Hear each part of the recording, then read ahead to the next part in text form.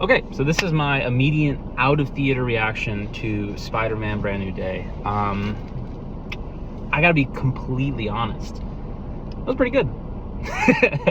I really, I think with a lot of Marvel movies, you can kind of get lost in the hype and the anticipation and stuff like that, and you can kind of go into a movie kind of imagining what it's going to be, and then not getting that. But I'm not dissatisfied with what I got at all. I just want to say this is going to be a non-spoiler review, but I will be talking about stuff I did and didn't like in the movie, which is technically spoilers, but I'm not going to get into plot details. So if you don't want to hear about what I did or didn't like, as far as like certain aspects or characters or dynamics or whatever, then now's your chance to click off. But if you stayed, welcome.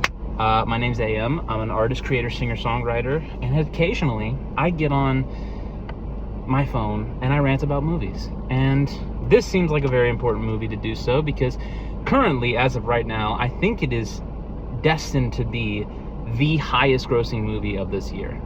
I mean, I don't know any movie that could beat it. The Odyssey won't beat it. And I think the other $3 billion makers that have been this year, which has been the Super Mario movie, Toy Story 5, and Michael, I don't think will beat it. I think this will probably be the highest grossing film of the entire year, and I don't think it'll be close. I don't think Avengers Doomsday will get to it either. But outside of all that boring stuff and financial, how actually was the movie? Adam, I've been sitting here, it's minute 37 on this video. Tell me about the movie. Well, like I said, it's pretty good. I think that I think a lot of the complaints that fans have had over the years about Tom Holland's Spider-Man and how he hasn't done certain things that Tobey and Andrew's Spider-Man have done, I think those problems were pushed to the forefront of this film, and I genuinely believe that that was like the number one priority. So for everybody who's asking, oh, well, is he actually going to swing around like Spider-Man? Yeah.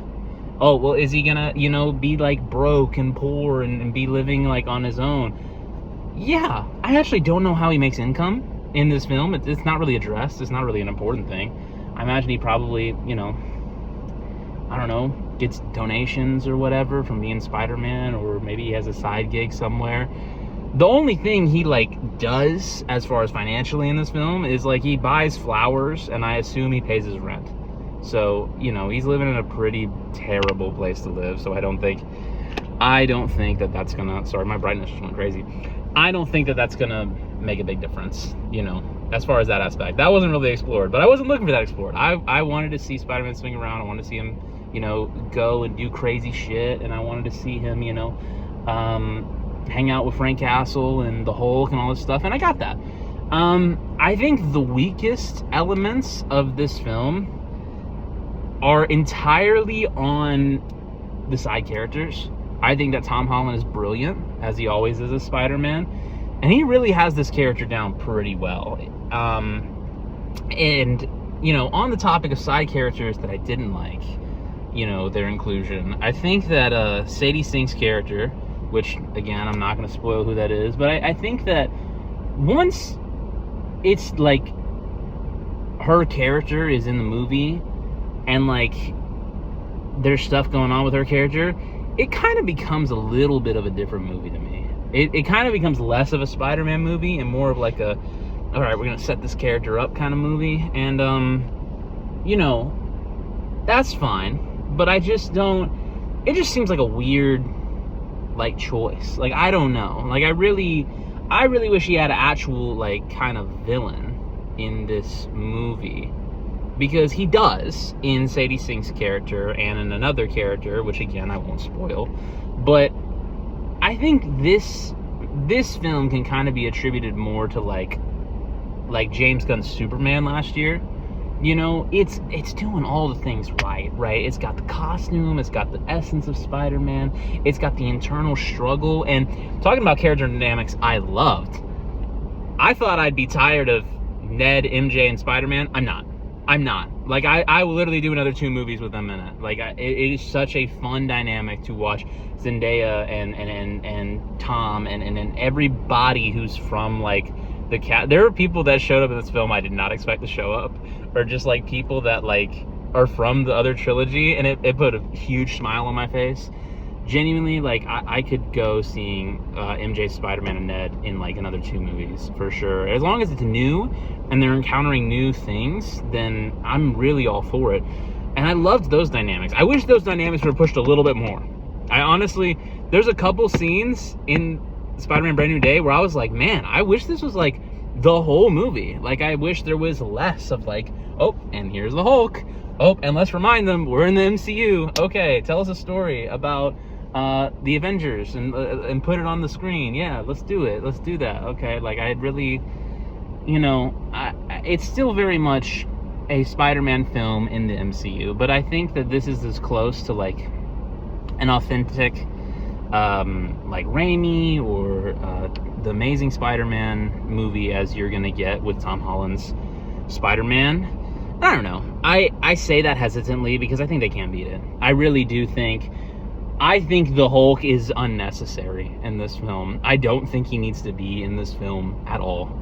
Like, I like, it was a cool scene that they got. I don't think I'm spoiling anything here. There's a fight scene. It's in the trailers. It's a cool scene. It's a cool fight scene. And I like Peter Parker's and Bruce Banner's dynamic. You know, they have a good couple scenes outside of the Hulk fight as well. But I'm like, do we need it? Like, I don't really... It's the same thing with Sadie Sink's character. I'm like I get it. Like, it's there. But I'm like, I don't know. I would have liked to see something maybe a little bit better. I don't know. I'm not a script writer. You know, I'm not a Hollywood exec or a movie critic. I'm just a movie fan. And, you know, somebody who is an artist and who does create things. And, you know, looking at it from a creative lens, I just don't know if this script was the strongest. It felt like they were trying to take a lot of puzzle pieces and put them into the script in a way that they could blend together, which does work, and it does come together at the end. And every character, from Hulk to Punisher to Sadie Sink's character, like, they all do fill a role in the script. But I couldn't help but sitting there and thinking, man, I feel like there's better characters that could fill this exact role. Or like, I feel like we could go maybe a different direction. Or, you know, it's good. It's a good movie. I had a smile on my face the whole time. There were, you know, shocks and stuff. I think the press tour, they're lying. They were like, oh yeah, we go there. Like, bring some tissues. I did not cry once. And like, I love Spider-Man. Like genuinely, I love Spider-Man. There's so much of, like, the last Sam Raimi movie always makes me cry. Not the first one or the second, the last one. Like at the end where they're dancing, that always gets me.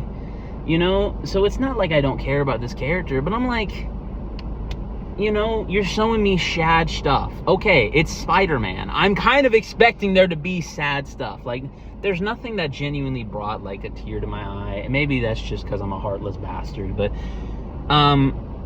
overall, this film was pretty cool. And overall, I think this film is great.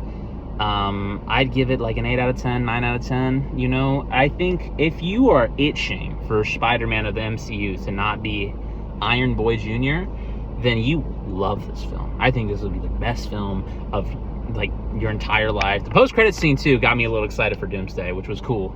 I think the post-credit scene got me a little excited for Doomsday, for sure. I like that, like, the one in Fantastic Four where it was, like, you know, you see Doom, I was like, okay.